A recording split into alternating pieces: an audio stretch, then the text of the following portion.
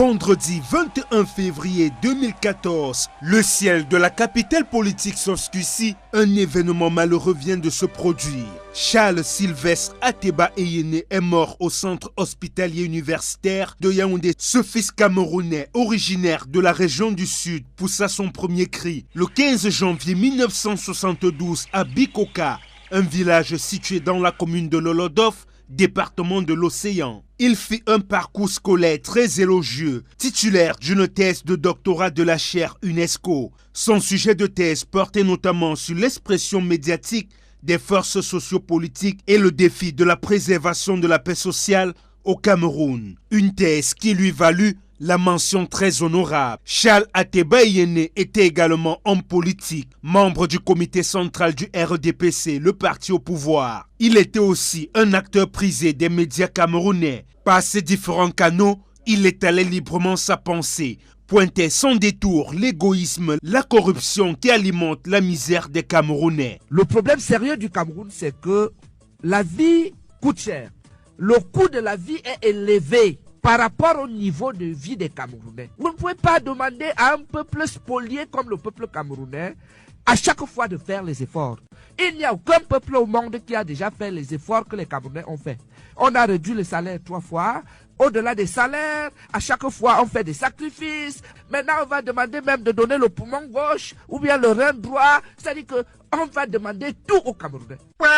Je vous dis, on va vous demander votre rein gauche maintenant. Le Cameroun est une mafia en ce moment. Vu dans son parti comme un rebelle et dans la société comme un homme qui n'a pas sa langue dans la poche. Si les mêmes logiques continuent au sein du RDPC, le RDPC, après Paul Biya, va s'éclater. Ça, je vous le dis. Feu Ateba Eyene était également un écrivain, certainement le plus prolifique de sa génération. Ateba Eyene, c'était une publication tous les ans, de 1997 à 2013. Au total, 22 parutions, dont les plus célèbres demeurent Les paradoxes du pays organisateur, Élite productrice ou prédatrice, le cas de la province du Sud, Alain Biya. Dans cet ouvrage, il stigmatise la gestion du pouvoir par l'élite de la province du Sud, dont est originaire le président Paul Biya. Et pourtant, l'une des régions les plus enclavées du pays. Un autre ouvrage qui aurait suscité l'intérêt général, Le Cameroun sous la dictature des loges, des sectes, du magico-anal et des réseaux mafieux. De véritables freins contre l'émergence en 2035.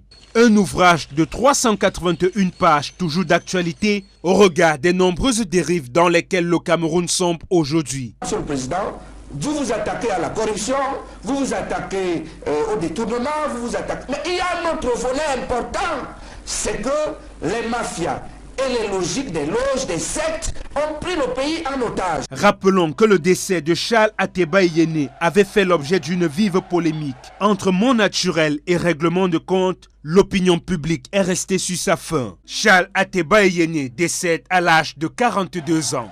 Cela fait 10 ans, très exactement.